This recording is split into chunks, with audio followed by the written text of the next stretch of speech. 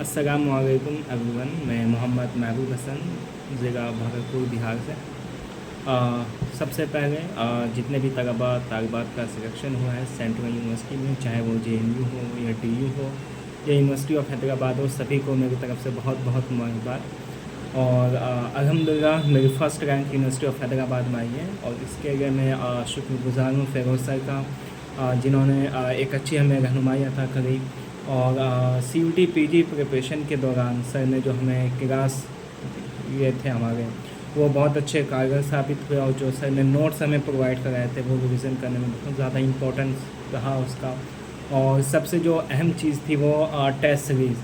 अगर आप किसी भी एग्ज़ाम्स को देते हैं तो टेस्ट सीरीज़ का सबसे बड़ा इम्पोर्टेंस रोल रहता है।